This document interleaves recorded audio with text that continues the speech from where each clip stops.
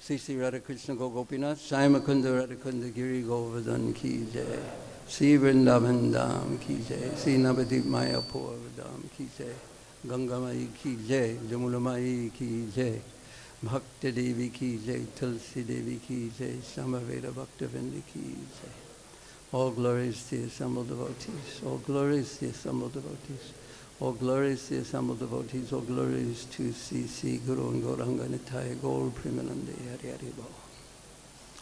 Nama Om Vishnu Padaya Krishna Pastaya Bhutale, Shrimati Bhaktivedanta Swamini Tanamane. Namaste Saraswati Devi Gauravani Pacharane, Nivase Shasunyavadi Praskatidesa. Thank you. It's okay.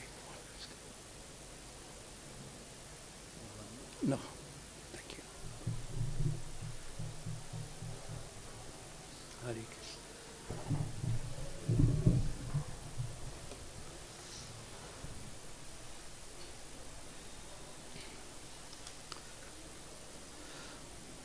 Dhamma Prabhu, do we usually read the chapter summary? Okay. Here's the chapter summary for the chapter entitled Worshipping Govardhan Hill. Now, who knows what chapter? That's a very good system, except I can't read the book. Other than that, it's a great idea. So therefore, put it over here. But I'll speak so loudly, there won't be a problem. Hare Krishna. So what chapter number is Worshipping Govardhan Hill? You're looking right there. Of course you know. Okay. And what was the topic in the previous chapter? Raise your hand. But raise your hand. Yes, Prabhu. The Brahmana's wives were blessed. But not only were the Brahmin's wives blessed, but who else was blessed? But raise your hand. Right at the very end.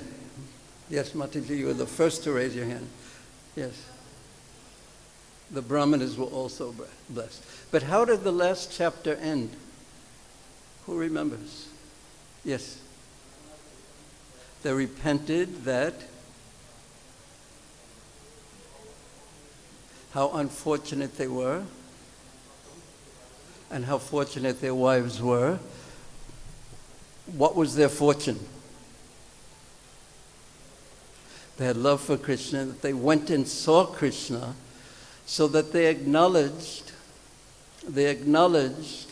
that they should be going to see Krishna, yes? But why didn't they go? But raise your hand. But why didn't they go? Yes, Prabhu. They were fearful of Kamsa. They were fearful of Kamsa. Now, when we know that Krishna is there to protect us, do we drop everything and just run to Krishna? Well, some of us do, but some of us don't. And what is the problem? We look at the Brahmanas and see, oh, they should have gone to Krishna, but they were fearful of Kamsa. And later on in the 43rd chapter, we'll see how Krishna just pulls Kamsa down from his throne and beats him. Actually, he pulled him by his hair, Sri Vishwanath Chakravarti Thakur says. And he just threw him down. And with his touching his hair, he withdrew his life forces. And when he threw him down to the ground, practically speaking, he was already dead. And then Krishna jumped and landed on him because Krishna was so intelligent, supremely intelligent. He didn't want to land on the hard ground. So he landed on Kamsa, which was his body was softer. And Krishna, Srila Vishwanath Chakravarti Thakur explains, was even surprised how easily Kamsa, who was so powerful, was killed. So again, the Brahmanas were fearful. What were they afraid of? what are we afraid of? And if we think of that, then we'll know what they were afraid of. No one wants to raise their hand on this one. Yes. Yeah. But loudly. Fear of losing our material positions. Probably, if we all ask ourselves, we will all have our own answer to what we are afraid of giving ourselves fully to Krishna. But there is fear, and one of the greatest fears is that if I give everything to Krishna, who is going to take care of me? So this pastime that is just going to begin in the 24th chapter, in that sense is a continuation, a philosophical continuation from the previous chapter. And we will see that the Brijbasis didn't have any fear at all. When at any time, in any difficulty, whatever situation they were in, they always simply turned to Krishna. Krishna, Krishna, Krishna, Krishna. Krishna, Krishna, Krishna. So let us read, and then perhaps we can read the first verse. In this chapter, Lord Sri Krishna crushes the pride of Indra by stopping the sacrifice intended for him, and initiating a substitute sacrifice in worship of Govardhan Hill. Now, who can remember what I just read? One sentence. Very difficult question.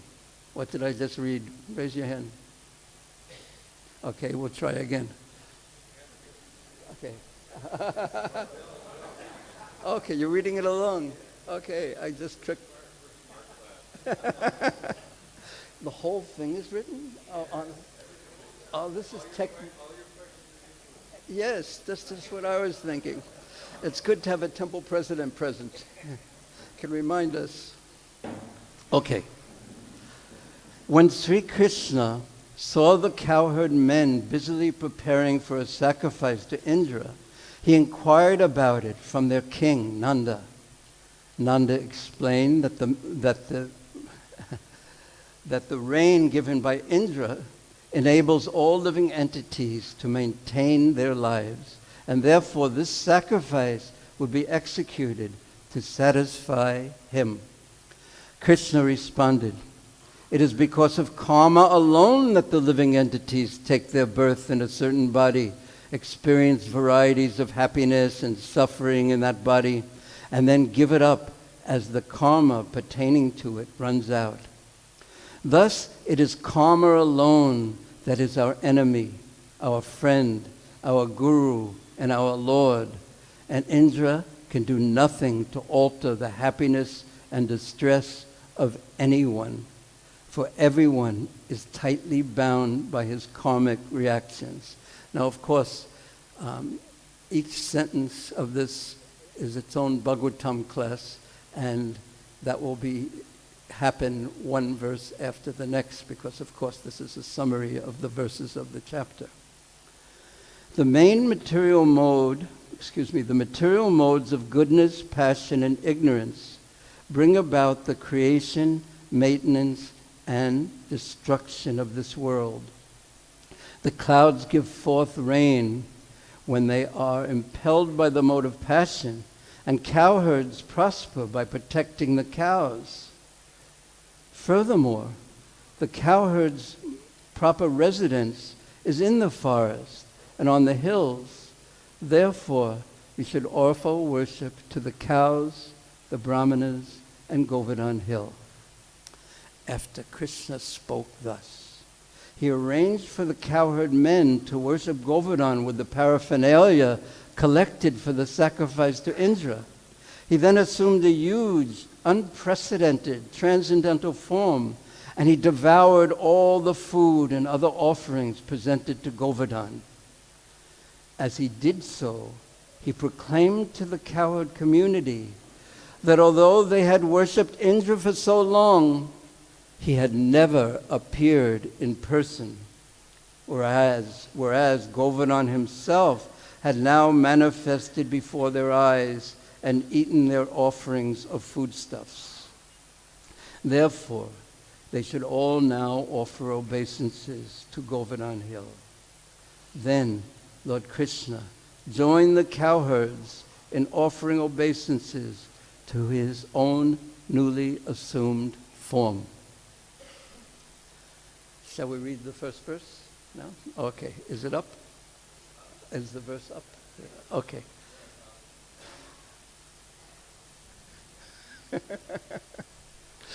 Śrī Śukadeva bhagavān api tatraiva baladevena saṁyutaḥ apaśyan nivasan gopān indra-yāga-kṛtodyamān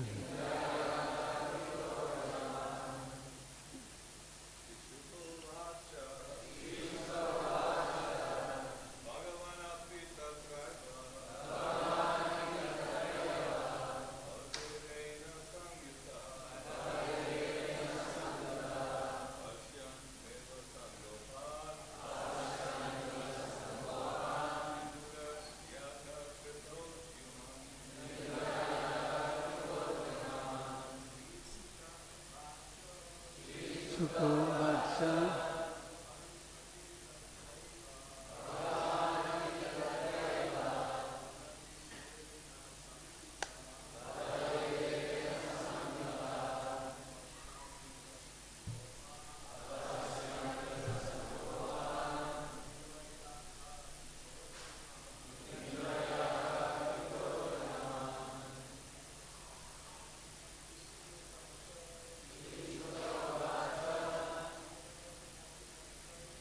Bhagavān api tatraiva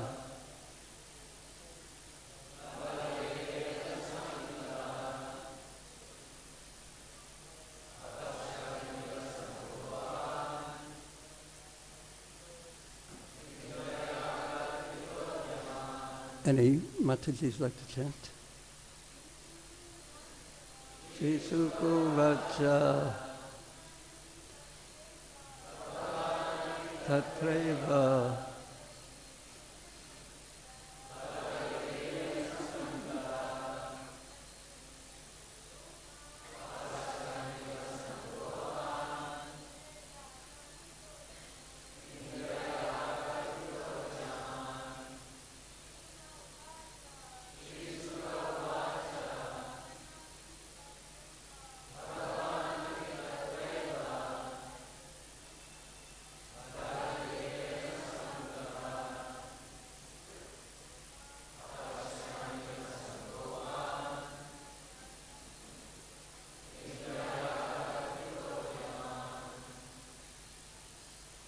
One more.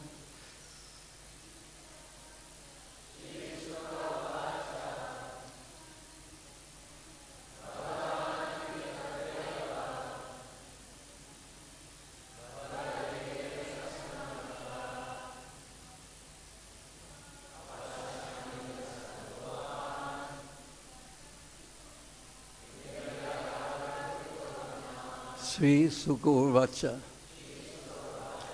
Śrī Śukadeva Gosvāmī said, Bhagavān, the Supreme Personality of Godhead, api, also, tatraiva, in that same place, baladevena, by Lord Balarāma, saṁyutaḥ, joined, apaśyat, saw, nivasan, staying, gopān, the cowherd men, Indra, for Indra, the king of heaven, yaga, for the sake of a sacrifice, kṛta, making, udyamān, great endeavor. Śukadeva Gosvāmī said, While staying in that very place with his brother Baladeva, Lord Kṛṣṇa happened to see the cowherd men busily arranging for a sacrifice to Indra. Please repeat. Śukadeva Gosvāmī said, while staying in that very place with his brother Baladeva, Lord Kṛṣṇa happened to see the cowherd men busily arranging for a sacrifice to Indra. And here is Srila Prabhupada's purport. So you're all going to read along, yes? According to Śrīla Śrīdhara Svāmī and other ācāryas, the words tatraiva in this verse, that was in bhagavān api tatraiva. The words tatraiva in this verse indicate that Lord Kṛṣṇa stayed in the village of Brahmins whose wives had satisfied him by their devotion. Thus, he gave his mercy to those Brahmanas as well as to their chaste wives, who had no one to associate with except their husbands. In that place, the cowherd men, headed by Lord Kṛṣṇa's father, Nanda Mahārāja, were somehow or other preparing an elaborate sacrifice to Lord Indra, and Lord Kṛṣṇa reacted as follows. Om Agyanatimirandasya Janajana Salakaya Chaksu Samilitan Jena Tasmai Sri Gurave Namah Sri Chaitanya Manobhistam Stapitam Jena Bhutale Sayam Rupa Kadamayam Dadati Sa Pandantikam Vansakalpa Truvascha Kripa Sindhu Bhaivacha Patitanam Pabhimanebhyo Vaishnavebhyo Namo Namah.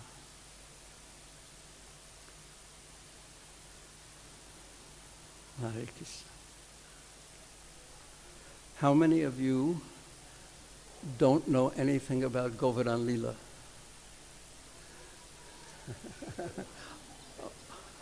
Only two. Since everyone knows this most famous pastime of Krishna in Sri Vrindavan, and how many of you have been to Sri Giriraj, Govardhan? Raise your hand. So all the devotees have been there.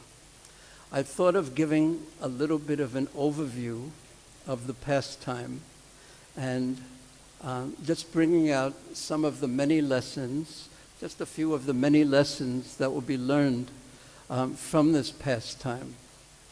Now, as the pastime unfolds verse by verse in the Srimad Bhagavatam, certainly the wonderful speakers on the verses will bring out many, many points and many, many lessons for us to learn and just many different items, different things.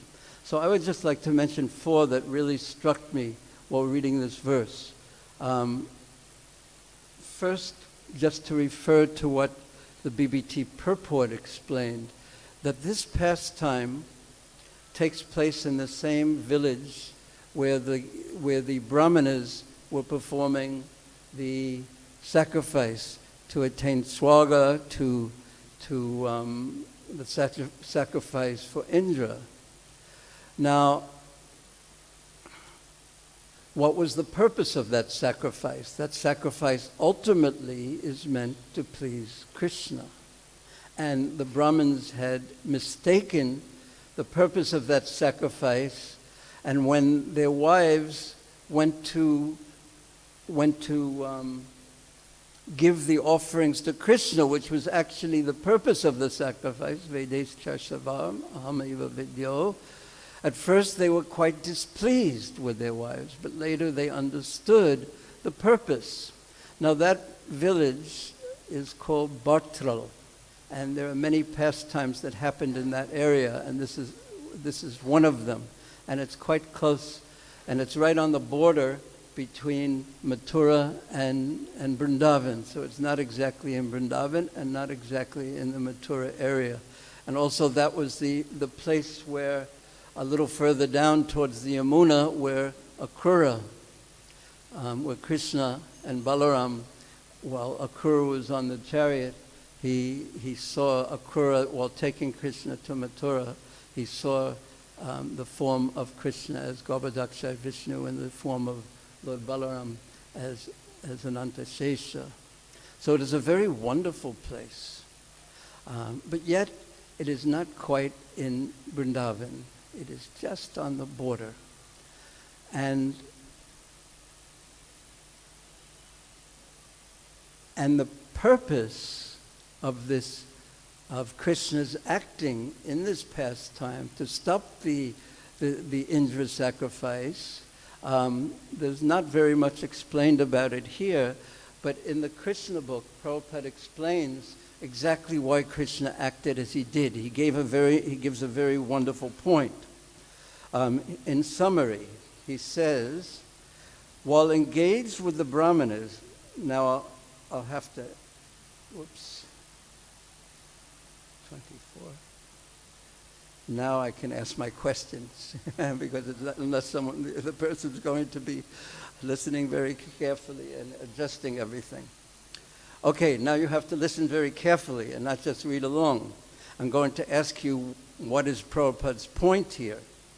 So while engaged with the Brahmanas, who were too much involved in the performance of Vedic sacrifices, Krishna and Balarāma also saw that the cowherd men were preparing a similar sacrifice in order to pacify Indra, the king of heaven, who was responsible for supplying water. As stated in the Chaitanya Charitamrita, a devotee of Krishna has strong and firm faith in the understanding that if he is simply engaged in Krishna consciousness and Krishna's transcendental loving service, then he is freed from all other obligations. Does anyone know what that verse is that Prabhupada is referring to? It's Shraddha Sabde. Vishwas kore, with great sudrita. If one has great faith, this is the definition of what Shraddha is. If one has great faith, is holding on to the fact that Krishna bhakti koila sarva karma kṛta hoy, that everything else is accomplished just by Krishna bhakti, just by serving Krishna in that way. So at this point, we are hearing, but we're also trying to understand what Prabhupada is telling us. This is what bhakti actually is. This is what the doorway to bhakti is. This is what the doorway to sharanagati is. That how could one give oneself to Krishna, gotirpte varanam tata, surrender oneself fully to Krishna, unless one has faith that everything else is done if I give myself to Krishna. And there are different stages of this faith. The first is Shraddha, and then Bhajan Kriya, etc. Nishta, Anartina Vritti Nishta, etc. And it ends, this faith is built up to such a degree by the end that it is prema bhakti. And therefore, in this lila, we're going to hear about how the residents of Vrindavan, all of them, from the cows to the friends to the servants to the gopas to the gopis, they all find shelter under Govardhan Hill. There is no need. Their faith, their love for Krishna is so strong, they've given him everything. And they don't for a second worry about who is going to take care of me. And whatever they're doing, as explained in Chaitanya Charitamrita Adi 4, whatever they are doing, and that chapter specifically describes Mahaprabhu's taking on the mood of Srimati Radharani, whatever they're doing, whether they're looking in the mirror, whether the gopis are dressing themselves, their concern is only Krishna's pleasure. So how much faith does one have to be on that level? So the development of bhakti is the development of faith and the development of attachment to Krishna, the development of giving oneself to Krishna, the development of loving Krishna completely. Completely, completely. And that is the fulfillment of the soul of each and every one of us. And that is what Mahaprabhu came to give, and that is what Srila Prabhupada came to give. So that verse comes from the teachings of Sanatana Goswami that Mahaprabhu taught to Sanatana Goswami. So a pure devotee of Krishna, of Lord Kṛṣṇa, doesn't have to perform any of the ritualistic functions enjoined in the Vedas, nor is he required to worship any devatas, any demigods. Being a devotee of Lord Kṛṣṇa, one is understood to have performed all kinds of Vedic rituals and all kinds of worship to the demigods. Because interestingly enough, the Karma Kanda section of the Vedic rituals, where one satisfies the devatas, one satisfies the demigods to get something for oneself. The purpose of that, interestingly enough, of all the activities to get something for me, the purpose of that is to become detached from getting anything for me. The purpose of karma is jnana, to understand even if I have the whole universe in my hand, even if every enjoyment, every pleasure that's available in the entire universe is given to me, I will not be satisfied because I am not of this universe. I'm an eternal soul. So this is the basic teachings of the second chapter of Srimad Bhagavad Gita. To understand, so the purpose of karma is to come to that understanding that the satisfaction that I long for just simply does not exist in this world. It exists with me in my relationship with Krishna. So the Prabhupada wants to make this point, is what Krishna is trying to explain, that there's no need at all to worship the devatas. There's no need to go to any other place for our happiness except to the lotus feet of Krishna. And to actually accept that fully is called what? Thank you. Even though you called out. Okay.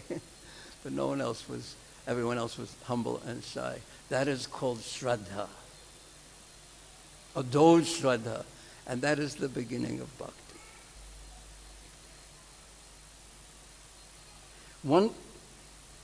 Being a devotee of Lord Kṛṣṇa, one is understood to have performed all kinds of Vedic rituals and all kinds of worship of the demigods. One has already accomplished the purpose of those rituals. One does not develop devotional service for Krishna by performing the Vedic ritualistic ceremonies or worshipping the demigods, but it should be understood that one who is engaged fully in the service of the Lord has already fulfilled all Vedic injunctions. In order, now here's Prabhupada's going to say directly why Krishna stopped Govardhan Lila. Why he stopped the sacrifice and made Indra angry. In order to stop all such activities by his devotees, Krishna wanted to firmly establish exclusive Kevala Bhakti, exclusive devotional service during his presence in Vrindavan. Because he is the omniscient personality of Godhead, because he knows everything,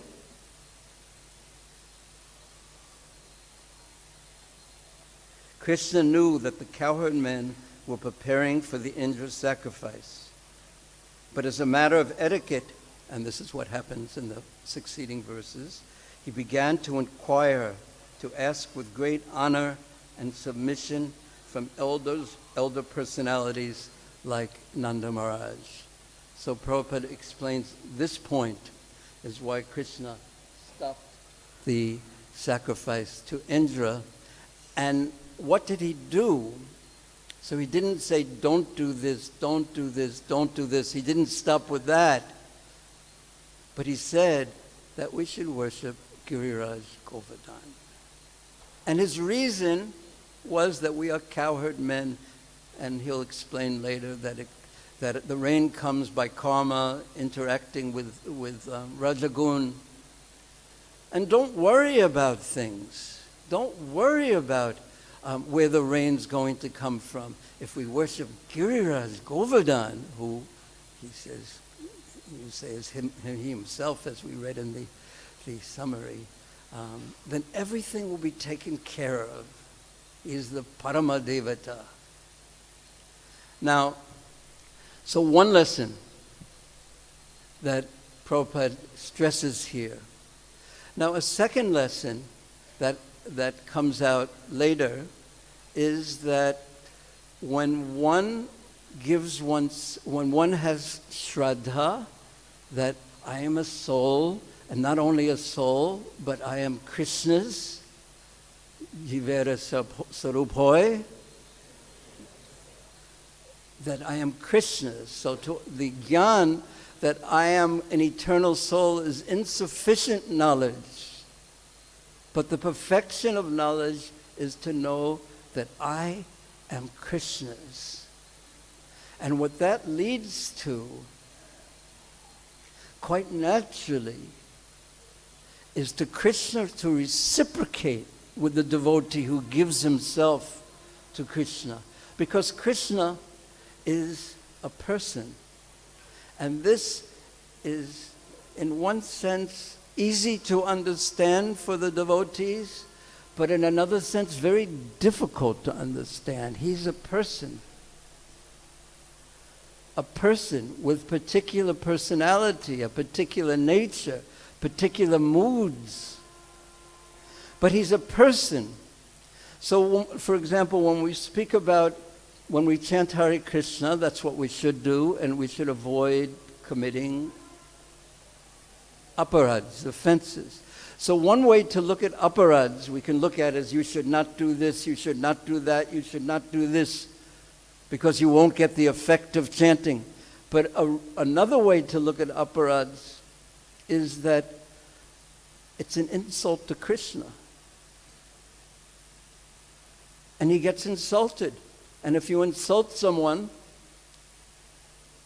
like I could show an example. Right now I'll insult Dharma. No, I won't do it. But what happens when you insult somebody? Well, what happens when you get insulted? You never get insulted. But what happens when one gets insulted? Well, it breaks one's relationship immediately. The intimacy, the relationship, the affection stops. So all the aparads are actually insults to Krishna and to Krishna's devotees.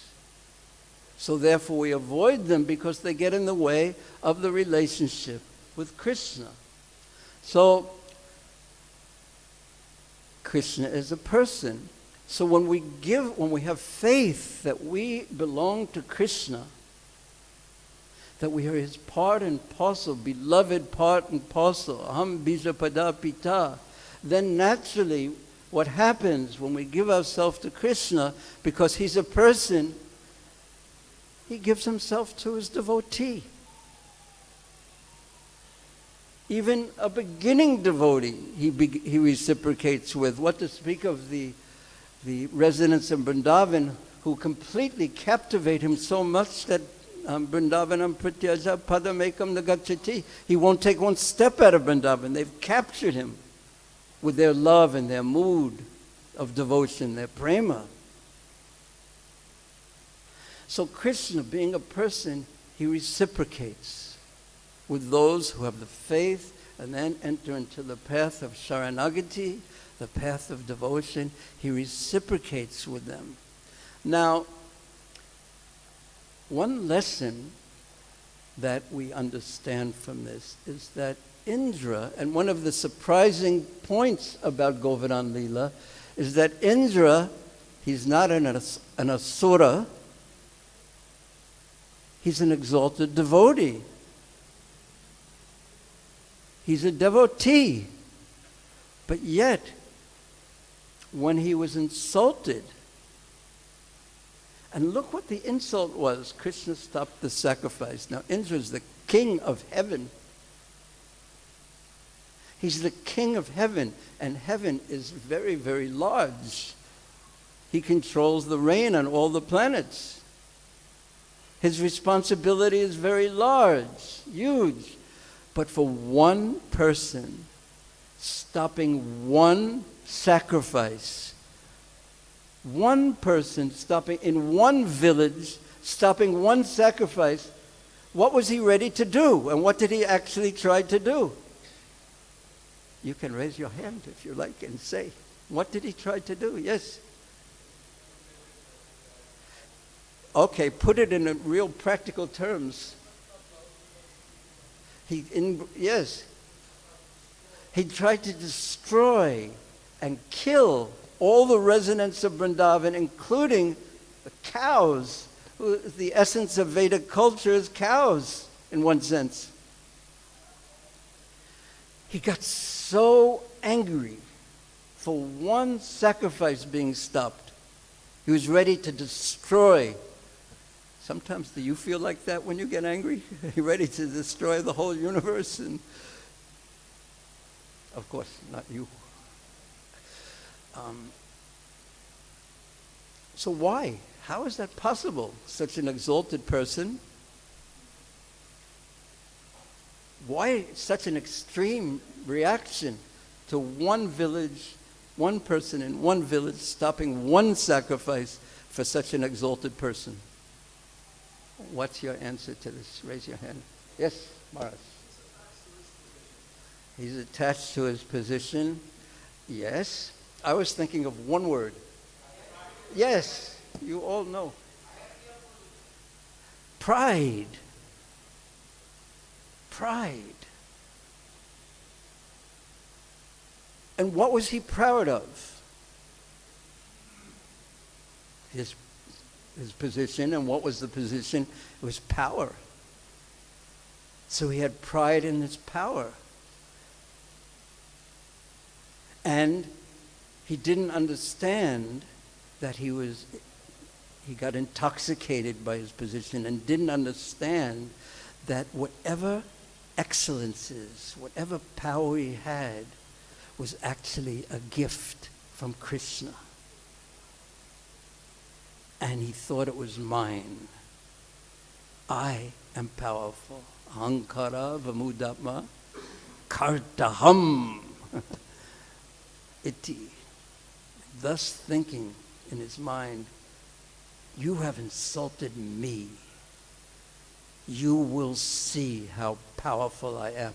But that power was just a gift from Krishna.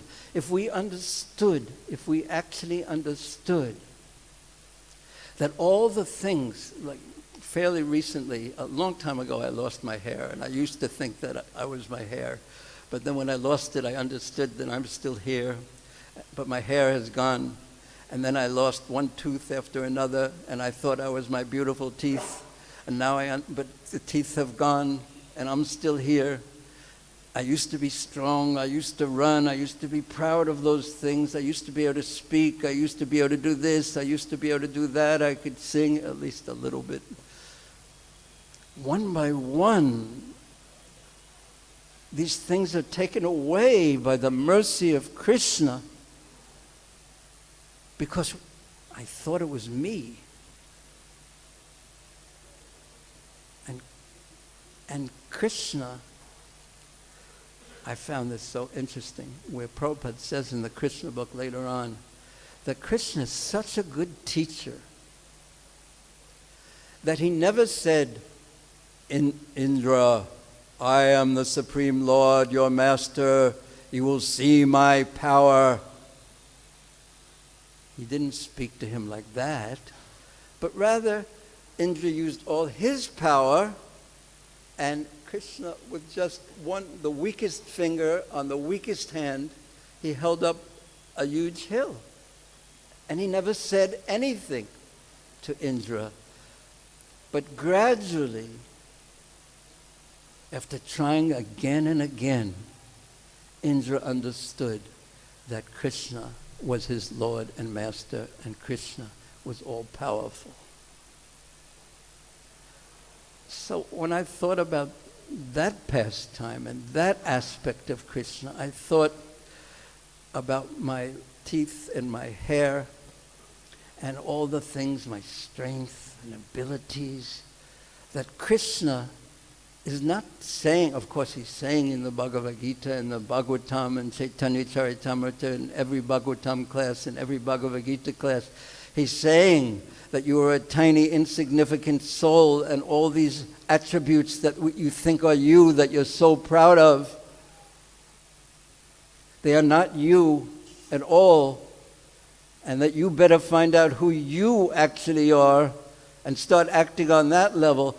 Life has its way of teaching us. Kṛṣṇa teaching us. Tate anukampam susamikṣamano. It is Kṛṣṇa who's teaching us continuously in life. It took Indra 7 days before he learned his lesson, at least to some degree. But how long will it take me to learn? That is the question I asked myself. I'm not as good a student as Indra.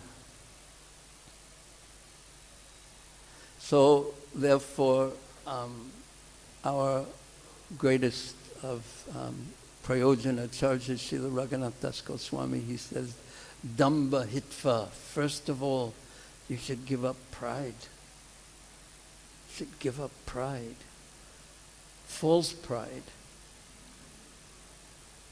And there's a difference between false pride and real pride. Pride in Kṛṣṇa, pride in Guru, pride in Prabhupada, pride in Vaishnavas, pride in the beauty of the deities, of the beauty of the temple, the pride in that Kṛṣṇa is empowering so many devotees to do so many things. That Kṛṣṇa is my Kṛṣṇa, who I'm trying to serve in my own little way.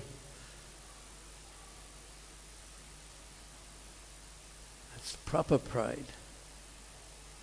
But the false pride of, look at me, what I can do, and even the service I do, little service, insignificant service that I do, I want to get something from it, at least for people to say, oh, Bhurijana, you gave such a nice class today. Then I could say, no. At least something I should get from it, at least some Mahaprasadam cookies, at least.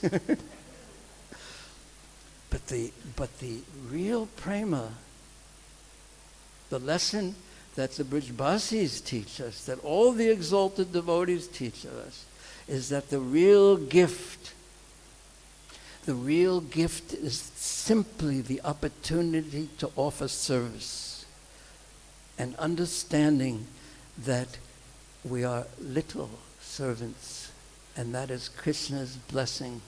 And Kṛṣṇa reciprocates. He holds up the hill and everyone can get under. And he can reciprocate with each and every one of us in an individual way. How wonderful is that Kṛṣṇa, is our Kṛṣṇa. Each and every one of us, he can bring under the hill of his lotus feet and his shelter. Each and every one of us.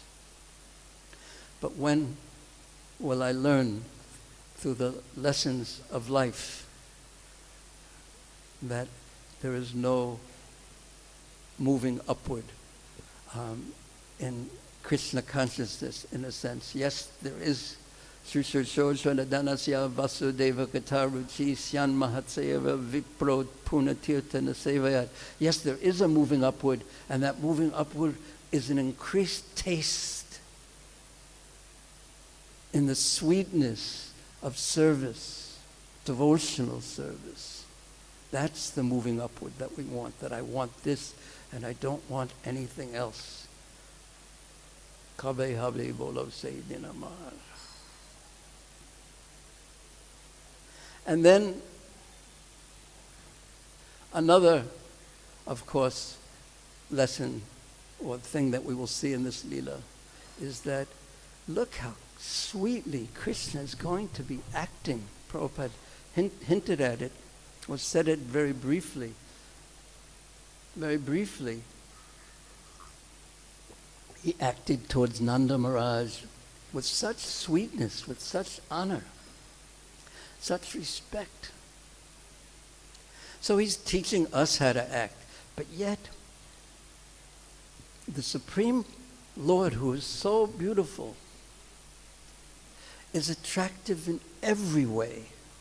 In every way.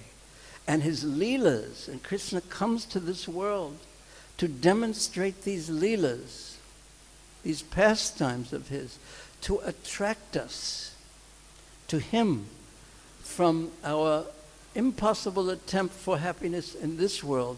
He comes to attract us to join him as servants of servants of servants in his wonderful pastimes in Braja, which are so sweet because of the love of the residents of Vrindavan. And there Krishna can completely relax in one sense. He can show his full identity of sweetness, who he really is, beneath being Narayan, not beneath, I don't mean that word, but in Vaikuntha he's this, and he's working through the devatas, and he's listening to all the people who pray to him for their children's college education and everything. He's listening to everyone.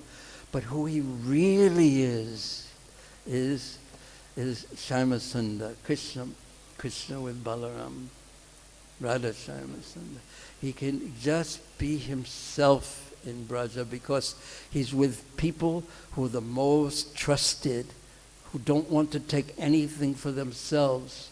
They're the most trusted because they have the greatest, full, complete love for him in the special mood of the residents of Vrindavan. So he displays the sweetest of pastimes so we can understand what sweetness actually is, so that we can taste what sweetness actually is.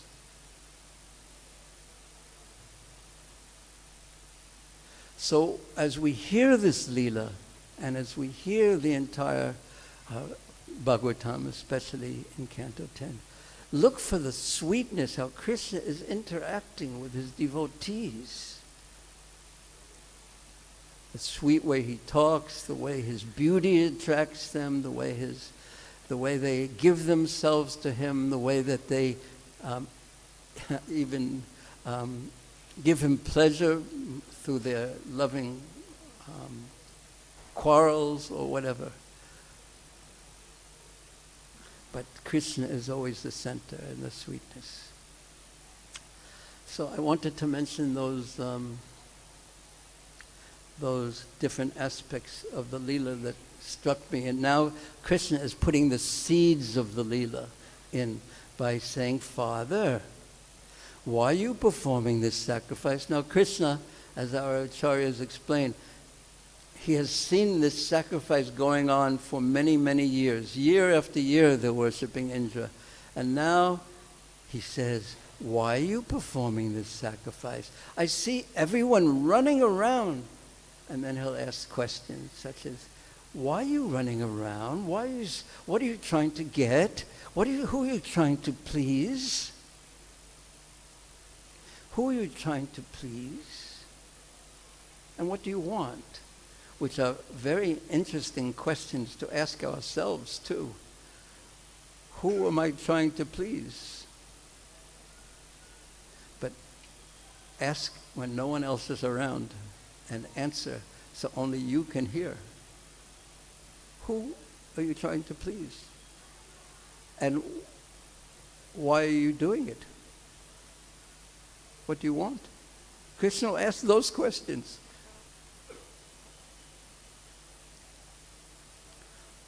Okay, I'll stop here. Any questions or comments? Thank you very much for your attentiveness. Maharaj. Hare Krishna. Thank you. Regarding faith, can one say that according to one's faith, one can ascertain one's advancement? Then I have another one after that. Well, ask the second one just in case I can Then do the them both at second once. part is regarding faith also. If one wants to have more and more service, does it mean that his faith is increasing? Okay. I'll answer the second one first, just because I remember it better. The first one was so long ago. If one wants to increase one's service, does it necessarily mean that one's faith is increasing?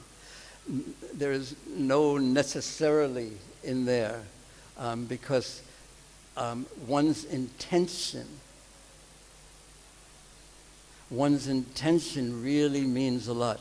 And in the beginning, certainly, we don't have very much of a relationship with Kṛṣṇa.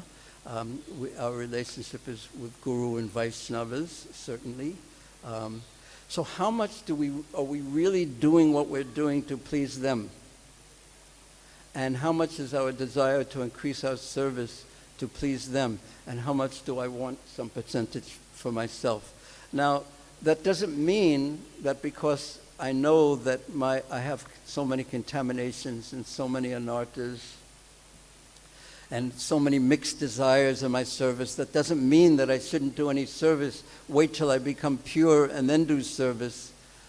No, it doesn't mean that, because then it will never happen. It will never ever happen, because devotional service, bhakti means service. So naturally, like a child has to walk in a bad way or speak, a child has to speak imperfectly before he can speak perfectly. And I could go into this in a long way, but I won't.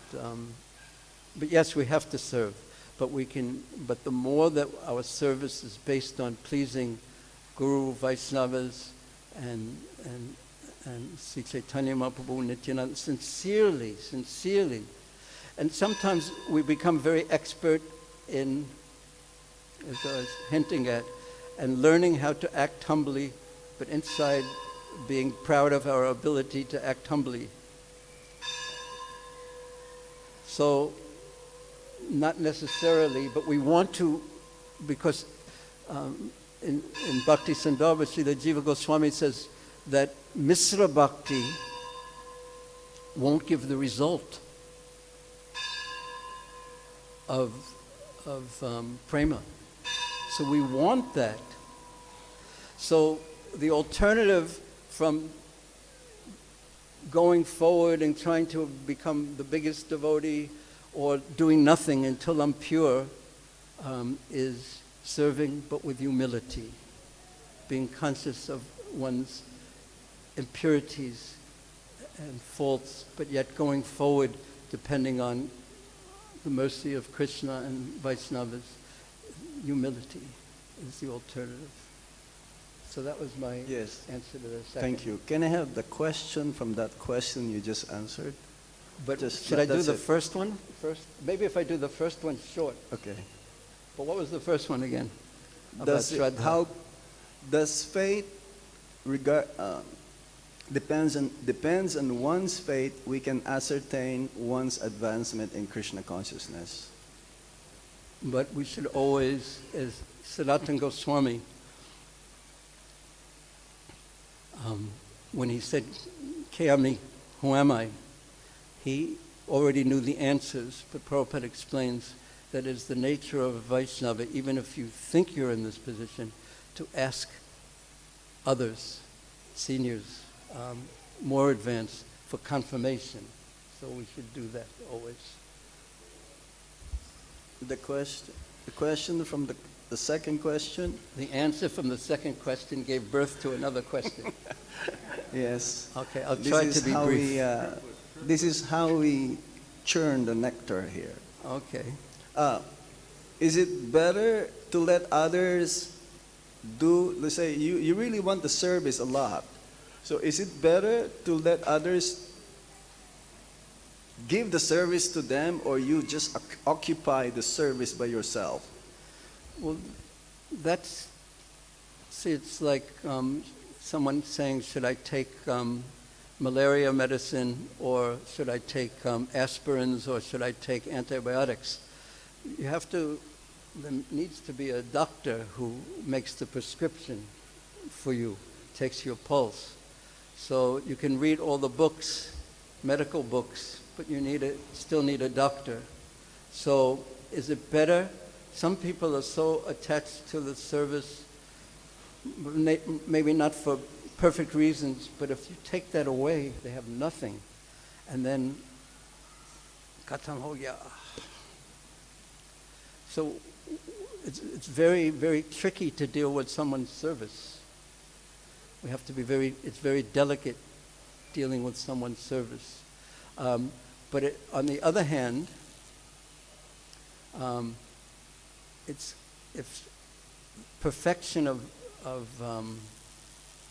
service is to, in one sense, train others to do the service, and then one move upwards, so to speak.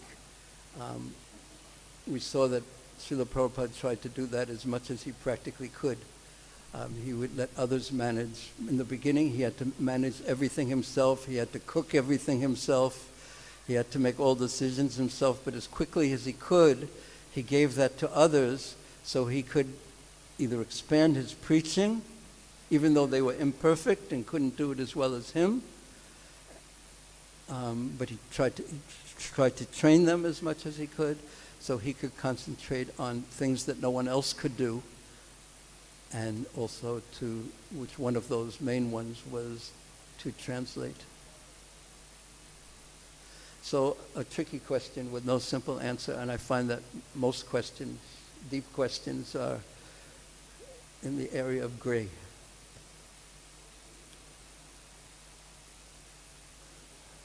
Hare Krishna. Hare Krishna Prabhu. I was just thinking for this on a long time. The position of demigod, especially Indra, is very highly elevated. In the second canto, he said that basically there was no jiva and yagya appeared as Hari did the position of Indra. So how can we reconcile the fact that the demigod, especially Indra, was already twice present? First time in Svetadvip requesting Krishna to descend, and second time in the womb of Devaki he requested or he glorified Krishna, and yet we see Brahma and Indra done the mistake of not knowing who Krishna truly is.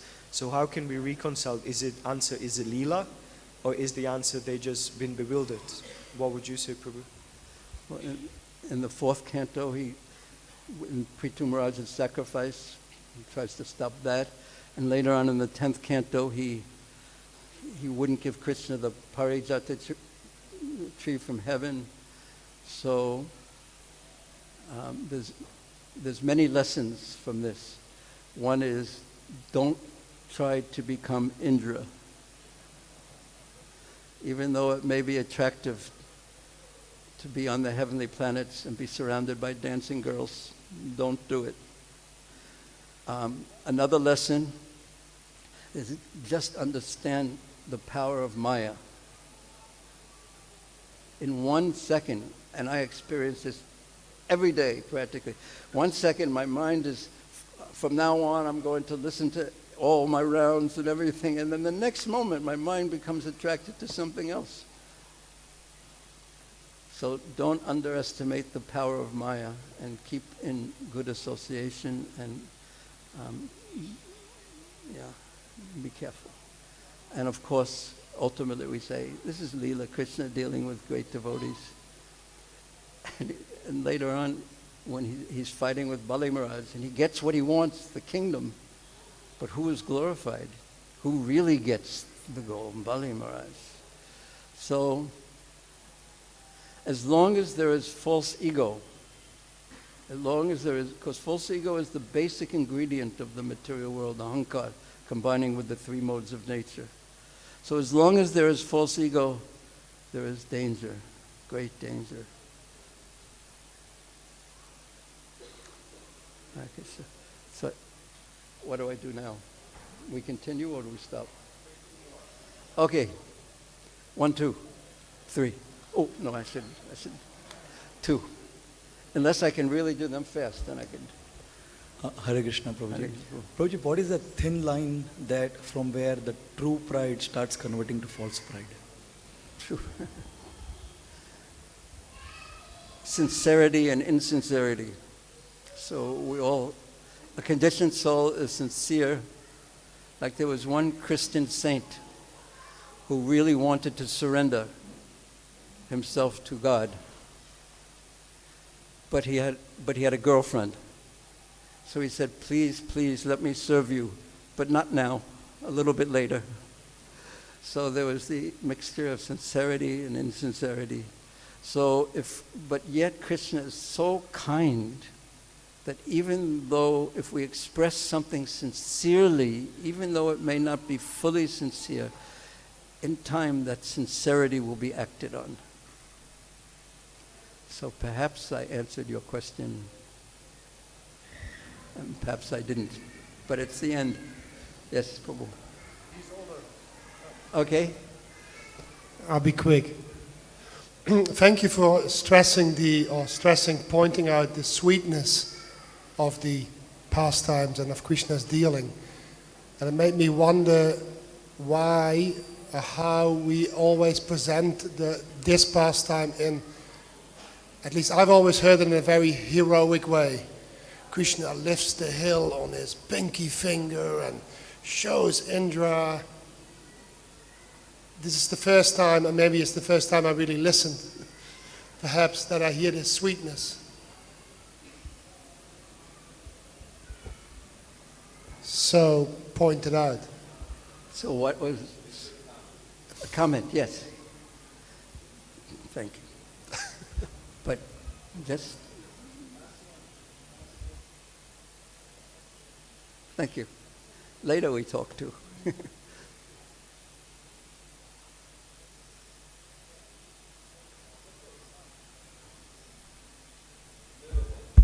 Acha. Hare Krishna Prabhuji. There's Balarāma mentioned in the verse, and somehow devotees often say that when we are on our attempts to please Krishna, we can ask Balarāma for help. But I always wonder sometimes who is reciprocating. Is it now Balarāma, or is it Krishna, or is it Radharani even? Can you shed a little bit more light on that? Okay. Who do you ask? I ask you. Okay. Okay, so who's going to reciprocate? Me. You. So if you ask Balarāma and Radharani speaks, then it will get very confusing. And if you so don't get confused, just listen to who you're asking, because they're all wonderful. Yeah, but sometimes. I understand the point. Yeah. But it's not often. It's not always that I ask questions, but someone is reciprocating, and I just wonder who. Well, you mean who's reciprocating when you're not asking anyone to reciprocate? Yes, to my seva, whatever I do a little bit. Who are you offering it to? To my spiritual master. Okay. There you go. By his mercy, it's happening. So then you could say the spiritual master is the original spiritual master is Adi Guru, is Krishna in the heart, or you could say it's Balarāma, or you could say it's Radharani, but you just take it as this is my Guru's mercy. By his mercy, this is happening. Should we go directly to Krishna and offer something to Krishna? Is it? I wonder, because normally we go through Guru always, isn't it? But it's not that you're not allowed to pray to Krishna, but you pray through the Guru and by his mercy. Prabhupada even said in Vrindavan, and this is so wonderful. If you have a problem you can't solve, take it to Lord Balarāma. And I could tell you many stories about devotees who have done that, but I won't. Hare Krishna. So he said, approach Balarāma. Why are the deities? ladies here, but we do it as a servant. When one does puja, for example, one does it as a servant to one. I'm offering this as a service from my spiritual master. As a servant of my spiritual master, I'm offering this to you. That should be the deepest identity. Because I'm not pure enough to offer something to you, but by His mercy, I know you will accept it. Śrīla Prabhupada ki jai, Śrīla Prabhupada Bhaktivinoda ki jai, Śrī Gaunitai ki jai, Śrī Krishna Balarāma ki jai, Radha Shyama Sundar Lalita Vishaka Devi ki jai, Śrīla Prabhupada Bhaktivinoda ki jai.